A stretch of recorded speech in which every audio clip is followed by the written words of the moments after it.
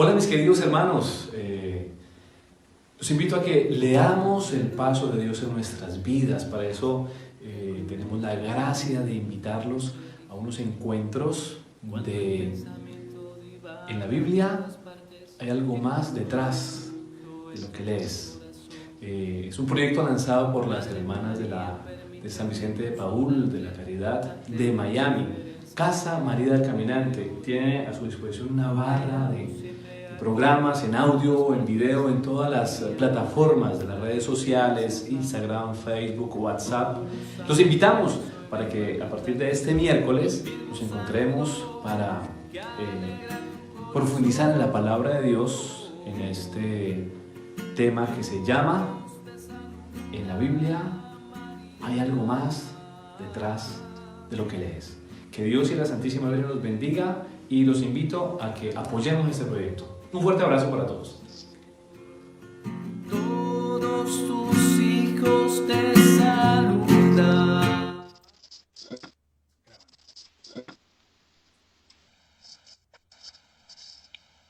Que el Señor y la Santísima Virgen María esté con cada uno de ustedes, queridos hermanos. Envío un saludo muy especial desde un sitio muy especial. En momento me encuentro en Asís, Italia, donde está el gran santo Francisco de Asís y la Clara de Asís. En este lugar que haremos, que llaman en la Biblia hay mucho más detrás de lo que lees. Mis queridos hermanos, bienvenidos a este primer encuentro. Y obviamente los invito a que nos pongamos todo en las manos de Dios, de María Santísima. Y para eso los invito a que cantemos una canción al Espíritu Santo para que nos ilumine, para que bendiga nuestros sentidos del cuerpo y del alma. Invocamos la Santísima Trinidad de nosotros, en el nombre del Padre y del Hijo y del Espíritu Santo. Amén. Padre Santo, unidos a María Santísima, la Inmaculada Concepción y siempre Virgen, de quien somos esclavos por ella, tu esclava por amor, a San José, el varón prudente y justo, a los ángeles y a los santos, te suplicamos con humildad y con amor, danos el Espíritu Santo. Señor, amadísimo Señor, danos el Espíritu Santo. Amén, amén, amén. Cuando yo esté angustiado y vacío, Espíritu, ven sobre mí, hazme nacer, te lo suplico, necesito estar junto a ti, protegido bajo tus alas, mi amor, Señor, te daré, y con gozo elevaré un nuevo canto, y tú transformarás mi ser. Mi alma tiene sed, mi ser te anhela, en desierto y sequedad allí estará, y podré ver tu poder, veré tu gloria. En tu nombre yo mis manos alzaré, protegido bajo tus alas, mi amor, Señor, yo te daré, y con gozo elevaré un nuevo canto, y tú transformarás mi ser. y tú transformarás mi ser. Padre Santo, sé bendito y bendícenos. Danos el Espíritu Santo, que es nuestro verdadero pan de cada día, hoy y siempre. Amén. Amén. Amén. Pedimos la intercesión de la Santísima Virgen María, nuestra Madre, que sea ella que nos ayude, que sea ella que interceda por nosotros, que sea ella nuestra Madre, que disponga nuestros corazones para poder escuchar, para poder meditar, reflexionar la palabra de Dios, para poder descubrir los secretos de la palabra de Dios. Dios te salve María, llena eres de gracia. El Señor es contigo. Bendita tú eres entre todas las mujeres, y bendito es el fruto de tu vientre, Jesús. Santa María, Madre de Dios, ruega por nosotros pecadores, ahora y en la hora de nuestra muerte. Amén. Gloria al Padre, y al Hijo, y al Espíritu Santo, como era en el principio, ahora y siempre, por los siglos de los siglos. Amén. Mis queridos hermanos, una vez más, bienvenidos a este encuentro, a este mundo de la Biblia, que es un mundo grande, inmenso, al cual nosotros estamos llamados a conocer. Recuerda que en la Biblia hay mucho más detrás de lo que lees. Vamos a hacer un resumen. Vamos a ver en estos días. Vamos a hacer cinco encuentros, de los cuales ese es el primer encuentro. Obviamente, podríamos agotar la palabra de Dios en cinco encuentros. Entonces, hace 8 días, el primer encuentro que tuvimos de introducción, yo les sugería a ustedes, por favor, que leyeran el primero y segundo capítulo del Génesis. Recordemos que en el Génesis significa origen, la palabra Génesis significa origen, y en el cual nosotros encontramos en el primer y segundo capítulo el origen del mundo, del hombre y del mal. Pero también encontramos la esperanza de la salvación. Eso sería en los primeros 11 capítulos. Y sobre el origen del pueblo elegido vamos a encontrar esto desde el capítulo 12 al capítulo 50. Entonces, la creación del mundo, en el primero y en el segundo capítulo, vamos a encontrar dos relatos. Esos dos relatos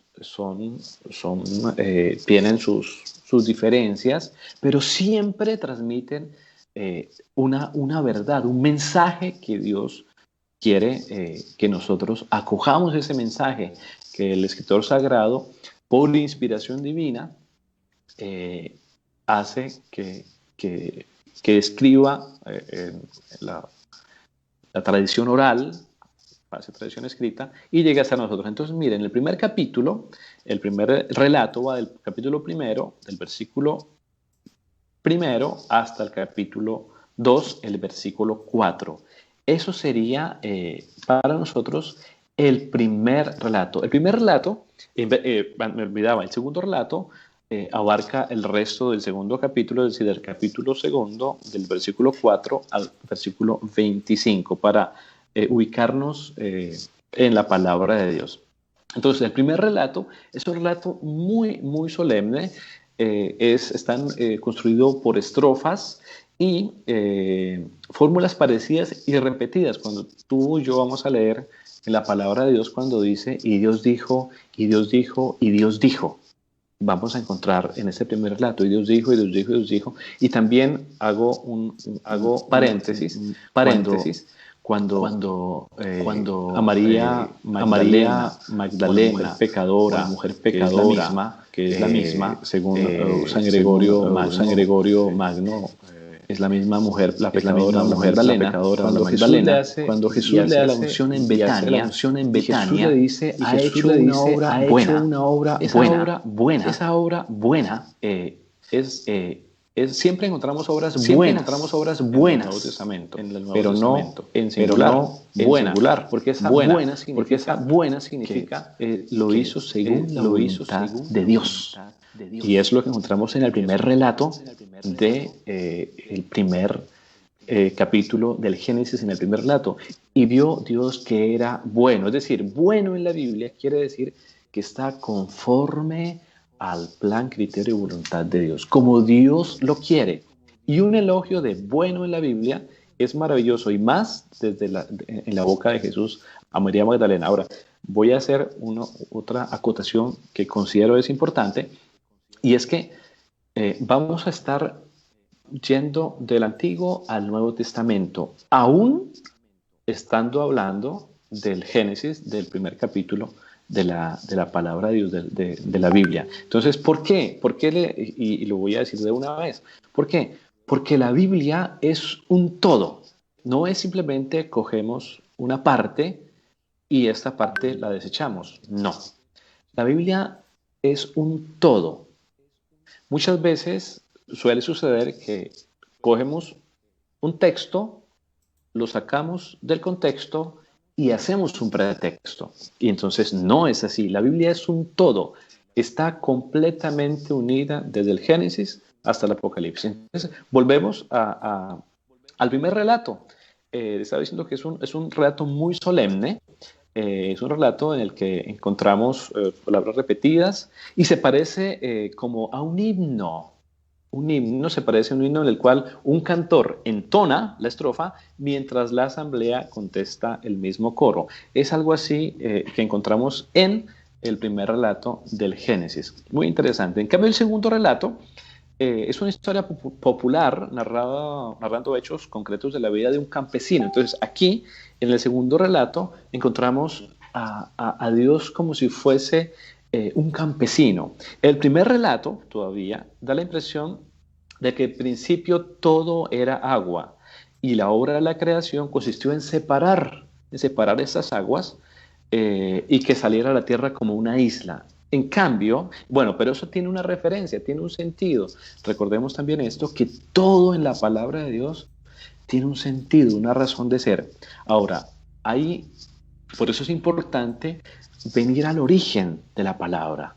Es decir, ir al inicio. Hay unas personas, unos personajes concretos que se llaman los padres de la iglesia, que son aquellos personajes, aquellos santos, padres de la iglesia que interpretaron la palabra de Dios. Entonces, por eso es importante ir al inicio. Ahora, ¿cómo se podría interpretar esta parte de la separación del agua? La patria de Abraham, Mesopotamia, era una tierra constantemente amenazada por las inundaciones. Entonces, eso es lo que quiere decir. La inundación, la separación del agua, significa eso. Entonces, el segundo relato es la impresión es contraria.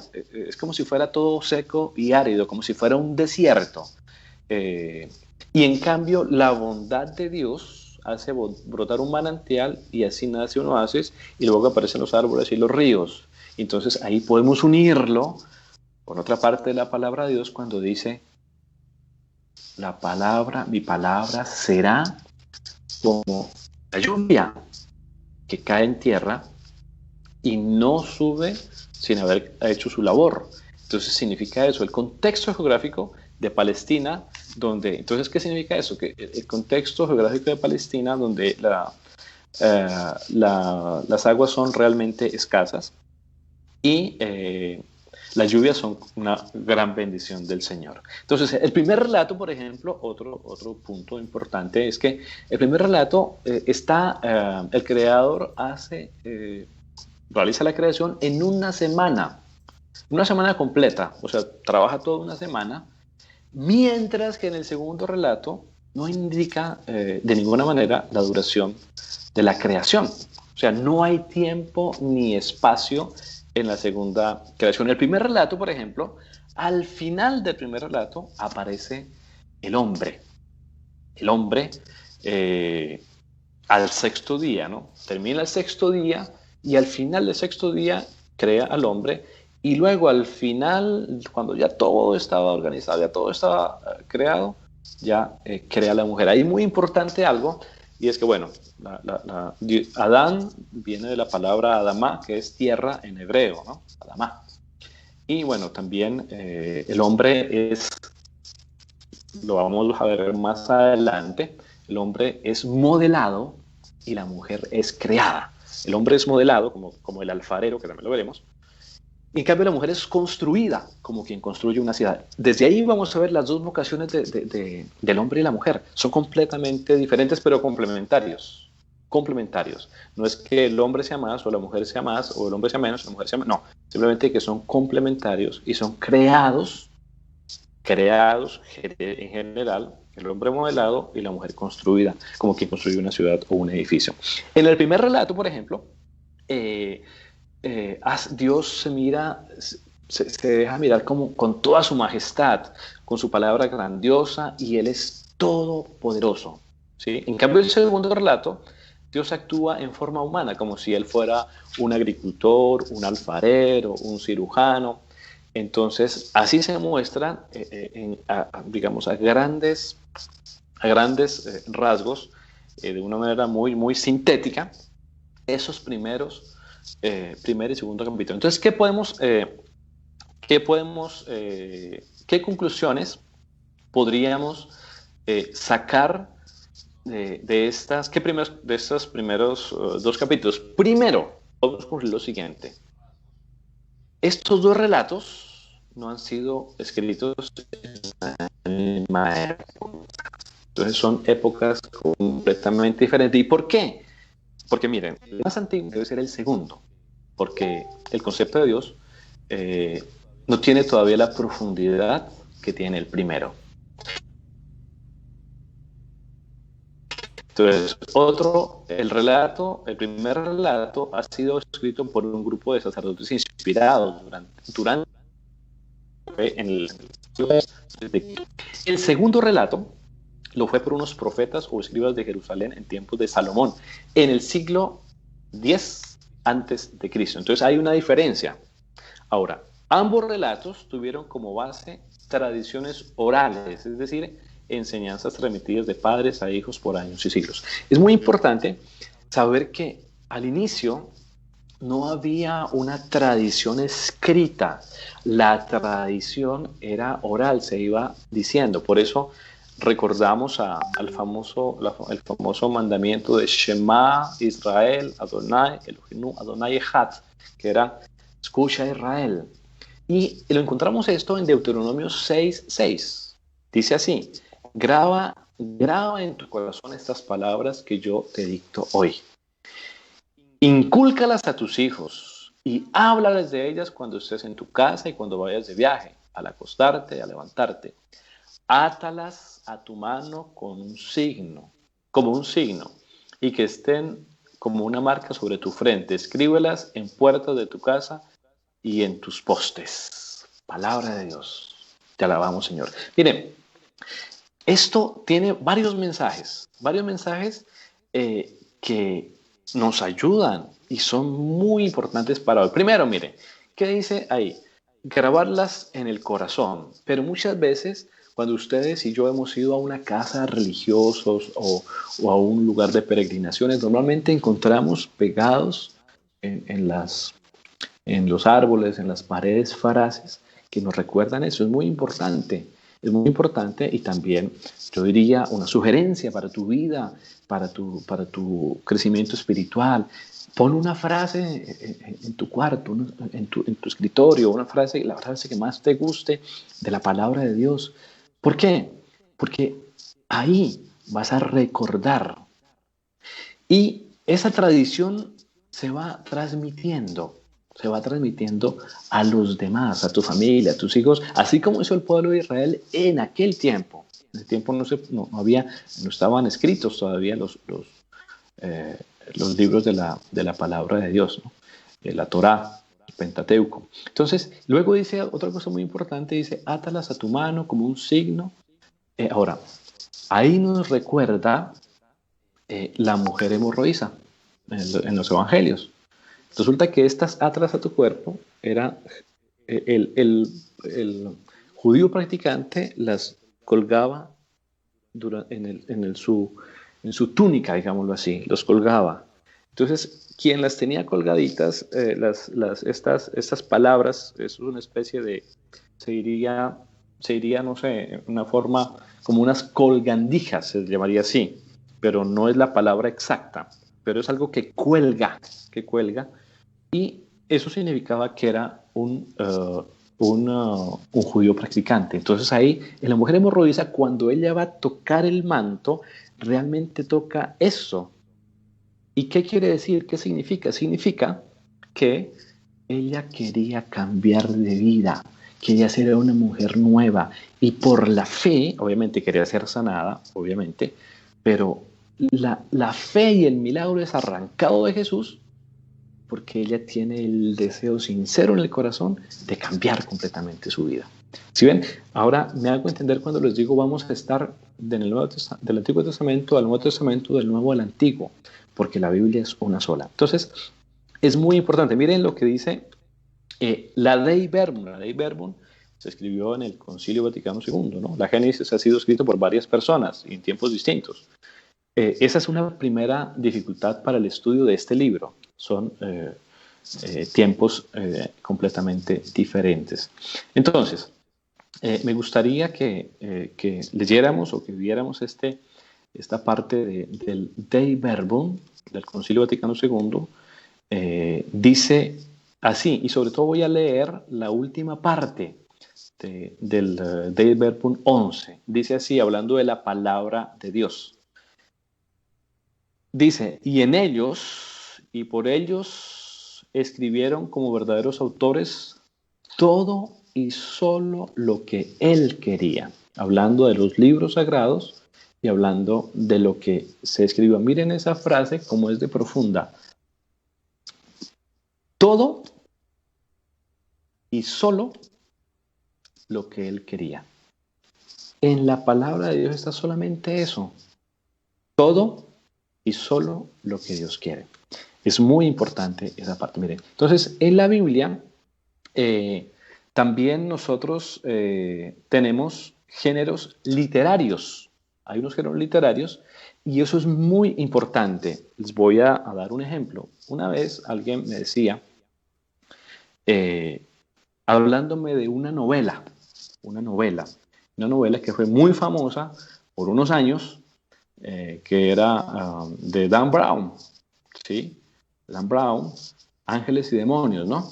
Ángeles y Demonios, bueno, sacó otra clase de libros, pero fue muy famosa y mucha gente ese género literario lo dio como una verdad de fe y no es así, porque una cosa es una novela, otra cosa es un poema, otra cosa es un ensayo, otra cosa es un relato, otra cosa es una poesía. Eso es completamente diferente. Son cosas que a veces son lógicas, pero que a veces nos olvidamos. Ustedes y yo no leemos de un modo completamente diferente. Si vamos a leer la Crítica de la Razón Pura de Kant, si vamos a leer, no sé, el Diario de Santa Faustina Kowalska, son dos cosas completamente diferentes. Si vamos a leer la Suma Teológica de Tomás de Aquino, o si vamos a leer una novena. O sea, son cosas completamente diferentes. Y eso es muy importante saberlo porque la palabra de Dios en la Biblia también, la Biblia se expresa a través de distintas formas o distintos géneros literarios. Se llaman géneros literarios. Entonces, entre ellos tenemos el género literario legislativo, sapiencial, lírico, profético, apocalíptico, histórico y epistolar, por ejemplo. Son diferentes géneros literarios. Cuando tú vas a leer el Apocalipsis, por ejemplo, el Apocalipsis, ¿qué significa la palabra Apocalipsis? La palabra Apocalipsis significa revelación. Revelación, eso significa. Entonces, la palabra de Dios está escrita en géneros literarios, lo repito. Es muy importante saberlo. Y hay cosas que son metafóricas y hay cosas que son literales. Y muchas personas interpretan lo que es metafórico de una manera literal y lo que es literal de una manera metafórica. Y no es así. Y recuerden eso, mis hermanos, que es una frase que creo que la veremos al final, pero la repito y la repetiré en esos encuentros que tendremos. La Biblia ilumina la Biblia. La palabra de Dios ilumina la palabra de Dios. Cuando tú y yo no entendamos una frase, un versículo de la palabra de Dios, en otra parte de la Biblia encontraremos un versículo, una frase que va a iluminar esa parte que nosotros no entendemos. Recuerda, la Biblia ilumina la Biblia, porque la verdad se expone y se expresa en formas muy diferentes en diversos textos históricos. Esos textos, como los acababa de decir, son proféticos o poéticos o en los demás modos de expresión que encontramos en la Biblia. Ahora, todo lenguaje simbólico exige ser descifrado. Elige ser descifrado y es muy importante saber eso, que hay que descifrarlo. Hacer de él una lectura al pie de la letra, cuando leemos literalmente, equivale a quedar condenado a no entender nada del sentido profundo escondido bajo la letra. Eso lo dice San Pablo en la 2 de Corintios 3:6. Como dice San Pablo, la letra mata, el espíritu da vida. Yo diría que esa frase es muy importante. Hacer una lectura al pie de la letra equivale a quedar condenado a no entender nada del sentido profundo escondido bajo la letra. Y por eso el tema de esos encuentros en la Biblia hay mucho más detrás de lo que lees. Hay mucho más. Entonces vamos a continuar. Vamos a continuar principales enseñanzas que podemos encontrar en el primer y segundo capítulo del Génesis. Entonces, hay enseñanzas muy, muy, muy importantes, no solamente para los antepasados del Antiguo Testamento, sino también para los cristianos de todos los siglos, para todos y cada uno de nosotros. Ahora, en este tiempo existían muchos, digámoslo así, muchos relatos, muchas historias, muchos cuentos que relacionaban la creación del mundo y del hombre con una lucha sangrienta entre dioses y diosas ambiciosas. Entonces, ¿qué nos enseña la Biblia? La Biblia nos enseña estas verdades fundamentales. Primero, hay un solo Dios. Un solo Dios. Es eterno, creó todo con amor y por su santa palabra. Y eso lo encontramos en el Salmo 90, entre paréntesis 89. Y dice así: antes que fueran engendrados las montañas, antes que naciesen la tierra y el mundo, desde siempre y para siempre, tú eres Dios. Mira lo que dice Sirácides 16:26. Escúchenlo. Por decisión del Señor existen sus obras desde el principio, desde que fueron hechas. Él fijó sus límites. Él ordenó sus obras para siempre y su gobierno por todas las naciones. Ellas no sufren hambre ni se fatigan y nunca interrumpen su actividad. No se chocan unas contra otras y jamás desobedecen a su palabra. Luego el Señor fijó sus ojos en la tierra y la colmó de sus bienes, la cubrió con toda clase de vivientes y todos volverán a ella. Palabra de Dios, te alabamos, Señor. Muy importante eso, mis queridos hermanos, y yo pienso que es una pregunta que es posible ustedes la hayan hecho. En los Salmos encontramos siempre dos numeraciones. Por ejemplo, Salmo 11 y entre paréntesis está el número 10. ¿Qué significa? Es probable que ustedes se hayan preguntado, muchos de ustedes ya lo saben, pero tal vez otros no. Tal vez algunos ya le dijeron, pero en ese momento se olvidaron. Pues lo vamos a recordar hoy. Las Biblias modernas, ahora, es algo muy importante y es que al inicio, si tú vas a mirar, por ejemplo, un papiro no vas a encontrar ni numeraciones, ni capítulos, ni nada. O sea, todo está escrito seguido.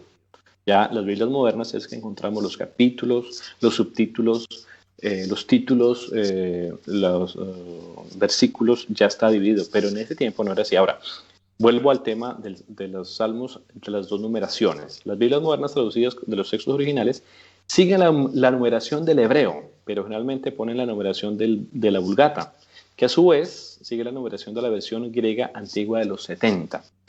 Entonces, en resumidas cuentas, el número mayor, es decir, en este caso, por ejemplo, el Salmo 11, el 11 es el número mayor, es del texto masorético. Y el número menor, o sea, el que está al lado, entre paréntesis, es el de la Biblia de los 70. Vamos a hacer un poquito de historia, a ver si nos alcanza el tiempo. La Biblia de los 70, cuando estaban construyendo la biblioteca, construyendo la biblioteca de Alejandría, Alejandro Magno llamó 72 sabios de Jerusalén para que vinieran a traducir la Biblia del hebreo al griego. Y entonces por eso se llama la Biblia de los 70. Bueno, ese era un dato histórico. Entonces, si continuamos con las principales enseñanzas del Génesis 1 y 2. La gente acostumbraba en ese tiempo a adorar animales, por ejemplo, las vacas, los toros, los pájaros. Y hoy, eso es un paréntesis, también a veces exageramos con los animalitos. Yo mucho animalito, pero el límite que debe ser. Contra tales desviaciones, la Biblia afirma que todos los seres vivientes son criaturas de Dios, por lo tanto no son dioses, no tienen derecho a recibir un culto de parte del hombre. Y mira lo que dice el Catecismo de la Iglesia Católica. Atención, y eso sí lo subrayo, porque es muy importante. Los animalitos, yo amo los animalitos, pero cuidado, en el ordo amoris, como dice San Agustín, en el orden del amor, el primero es Dios, el segundo es el prójimo, el tercero eres tú, o sea, la persona, yo. Y en el cuarto encontramos a las cosas y los animales, o los animales y las cosas. Cuando este orden se cambia, ahí se ha perdido y entramos en el desorden. Como decimos en mi tierra, en Colombia, o al menos en mi región, decimos cada loro a su estaca. Amar y defender la naturaleza, claro, pero cada cosa en su lugar. Como dice el Catecismo de la Iglesia Católica 24:16, los animales son criaturas de Dios que los rodea de su solicitud y providencial. Miren esa frase del Catecismo de la Iglesia Católica 24:16. Por su sola simple existencia, lo bendicen y le dan gloria. También los hombres les deben aprecio. Recuérdense con qué delicadeza trataban a los animales San Francisco de Asís o San Felipe Neri, ahora que estoy en Asís. Amar los animalitos, pero sí cada cosa en su lugar. Se adoraba, por ejemplo, el sol y la luna y las estrellas. Ante ello, la Biblia dice que todos los astros son obras de Dios y están al servicio del hombre. Es decir, marcan los tiempos, alumbran sobre la tierra. Mira lo que dice Génesis 1:14, que dice, y dijo Dios que haya astros en el firmamento del cielo para distinguir el día de la noche, que ellos señalen las fiestas, los días y los años, y que estén como lámparas en el firmamento del cielo para iluminar la tierra. Y así sucedió. Dios hizo que dos grandes astros, el astro mayor para predecir el día y el menor para predecir la noche, y también hizo las estrellas y los puso en el firmamento del cielo para iluminar la tierra, para predecir el día y la noche, y para separar la luz de las tinieblas. Y Dios vio que era bueno. Palabra de Dios. Te alabamos, Señor. Bueno, aquí podemos también hacer una referencia a los santos. San Alfonso María Ligorio, por ejemplo, dice que Dios, Jesús, es el sol, como lo dice Lucas, en el Evangelio de San Lucas, que nace a lo alto y que está con aquellos que están en la gracia de Dios. Pero también está la luna, que podría significar la Santísima Virgen María, para aquellas personas que no están en la gracia de Dios. Para los pecadores somos todos, pero para aquellos que estamos en el camino de regresar a Dios. Entonces, el mensaje actual, un mensaje actual en estos primeros capítulos, y me parece súper interesante, muy bonito, Mira lo que dice Génesis 1:3. Entonces dijo Dios que exista la luz, y la luz existió. Dios vio que la luz era buena y separó la luz de las tinieblas y llamó día a la luz y noche a las tinieblas. Y así hubo una tarde y una mañana, y así fue el primer día. Realmente en griego, la traducción griega no dice el primer día, dice el día 1. ¿Y esto qué tiene que ver? ¿Qué pasa con eso? Pues resulta que el día 1, tengamos en la mente Génesis 1:3, 1:3, 5. ¿Qué relación tiene eso con nosotros? Si ustedes van a Juan 21, dice así: el primer día de la semana, en español, pero en griego dice tendemia, es decir, el día 1 de la semana. Entonces ahí van a decir ustedes, claro, la luz fue creada el día 1. Por lo tanto, Jesús, que es la luz del mundo, debería resucitar el día 1 de la semana. Si ven, son cosas que vemos más allá de lo que leemos. Hay mucho más detrás de lo que lees. El primer día de la semana. Y entonces ahí vamos a leer, por ejemplo, Efesios 4:4. Cuando dice, hay un solo cuerpo, un solo espíritu, así como hay una sola y misma esperanza, a las que ustedes han sido llamados de acuerdo con la vocación recibida. Hay un solo Señor, una sola fe y un solo bautismo. Hay un solo Dios y Padre de todos, que está sobre todos y penetra todo y está en todos. Palabra de Dios. Te alabamos, Señor. Esa uno, es la misma palabra que encontramos en el Génesis, en la Biblia de los 70, mía, en Juan 21, mía, 1, y en Efesios, mía. ¿Qué quiere decir esto? ¿Cuál es el mensaje actual? Lo que está diciendo es que en Dios no hay separación y en Dios solo hay uno. Por lo tanto, la Biblia es una sola. No hay división en Él, ni en Dios. Y que todo en la Biblia tiene sentido. Todo en la Biblia tiene sentido. No hay división. Entonces, interpretación de la Biblia. Mira lo que dice, muchas veces interpretamos la Biblia de una manera, ¿cómo diría yo? Cuando no hay una frase, un capítulo, un versículo en la Biblia que nos es difícil de entender, busquemos a un sacerdote que nos explique. Busquemos a un sacerdote que nos explique esa frase. Mira lo que dice segunda de Pedro 1:20. Pero tengan presente ante todo que nadie puede interpretar por cuenta propia una profecía de la Escritura, porque ninguna profecía ha sido anunciada por voluntad humana, sino que los hombres han hablado de parte de Dios, impulsados por el Espíritu. Palabra de Dios, te alabamos, Señor. Entonces, mira lo que dice. ¿Por qué? Porque la palabra de Dios tiene un sentido. Vamos a ver, no sé si lo llegaremos a ver en esos 5 encuentros. Hay una parte, por ejemplo, en el Evangelio cuando dice, los haré pescadores de hombres. La traducción griega original dice, de hombres vivos. Y luego les voy a explicar qué significa ese pescadores de hombres vivos. Lo que dice Hechos de los Apóstoles 4:12 dice, Hebreos 4:12, porque la palabra de Dios es viva y eficaz y más cortante que espada de doble filo. Y le penetra hasta la raíz del alma y del espíritu, de las articulaciones y de la médula, y discierne los pensamientos y las intenciones del corazón. Palabra de Dios, te alabamos, Señor. Mis hermanos, la palabra de Dios es de doble filo. Se puede entender de muchas maneras.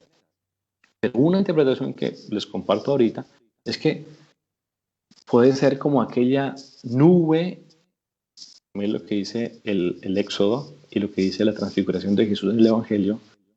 Mire esa aparente contradicción. Dice, una nube tenebrosa que iluminaba. O sea, en otras palabras, una nube oscura que daba luz. ¿Y qué significa? Que para unos la palabra será luz. En cambio, para otros, por más que se lea, se explique, no se va. ¿Por qué? porque el corazón está cerrado. Mira lo que dice nuestro querido y amado padre de la iglesia San Agustín, padre y doctor de la iglesia. En el Antiguo Testamento está oculto el Nuevo y en el Nuevo Testamento se descubre el Antiguo. San Agustín en la Catequesis Cristiana, capítulo 4, en el versículo 8. Muy importante, recuerden esto, mis hermanos, recuerden esto. Y con esta frase que les voy a repetir muchas veces en estos encuentros, la Biblia ilumina la Biblia. La Biblia ilumina la Biblia. La palabra de Dios ilumina la palabra de Dios. La Sagrada Escritura ilumina la Sagrada Escritura. Cada frase, cada palabra, cada cosa en la Biblia tiene un sentido. Un sentido. Y recordemos que ese sentido y esa interpretación dieron el origen nuestros santos padres de la iglesia. Mis queridos hermanos, hemos terminado con nuestro primer encuentro. Nos quedan otros 4 encuentros más, si Dios quiere. Si tienen alguna inquietud, alguna duda, alguna pregunta, pueden escribirla por Facebook o por YouTube y por Instagram.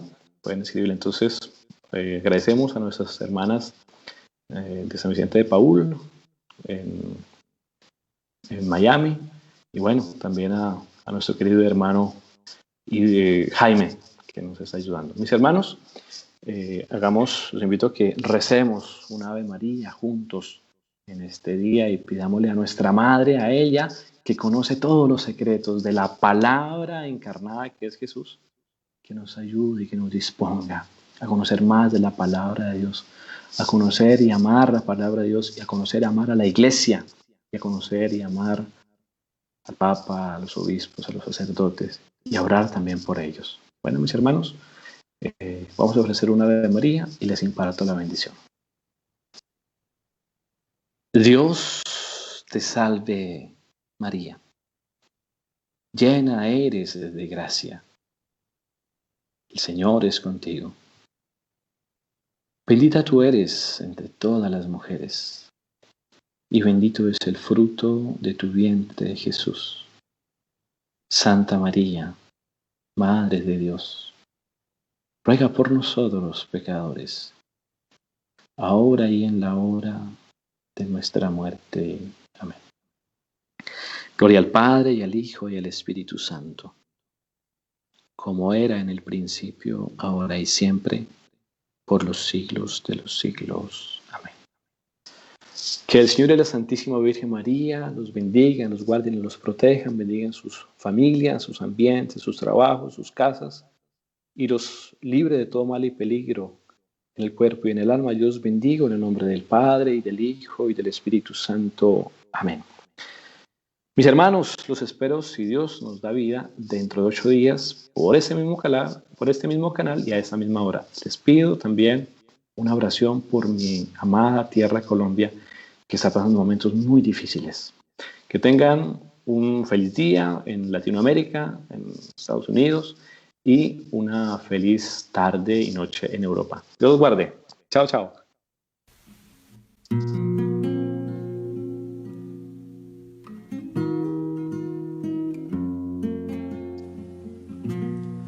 Hola mis queridos hermanos, los invito a que leamos el paso de Dios en nuestras vidas. Para eso tenemos la gracia de invitarlos a unos encuentros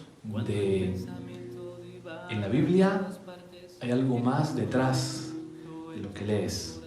Es un proyecto lanzado por las hermanas de San Vicente de Paúl, de la Caridad de Miami. Casa María del Caminante tiene a su disposición una barra de programas en audio, en video, en todas las plataformas de las redes sociales, Instagram, Facebook, WhatsApp. Los invitamos para que a partir de este miércoles nos encontremos para profundizar en la palabra de Dios, en este tema que se llama En la Biblia hay algo más detrás de lo que lees. Que Dios y la Santísima Virgen los bendiga, y los invito a que apoyemos este proyecto. Un fuerte abrazo para todos. Todos tus hijos te saludan.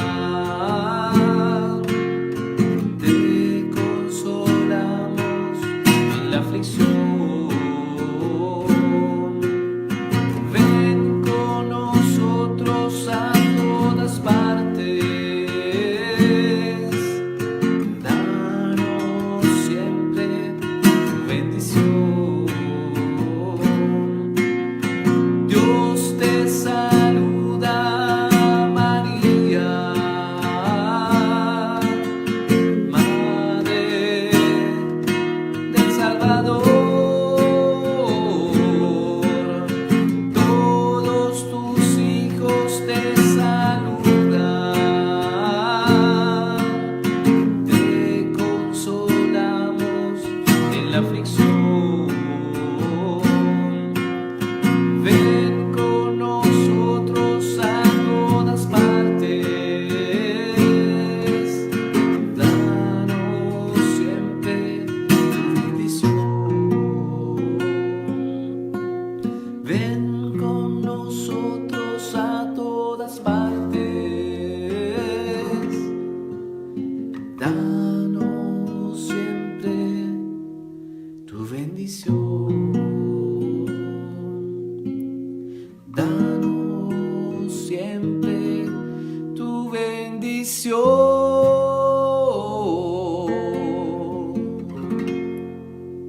Danos siempre tu bendición.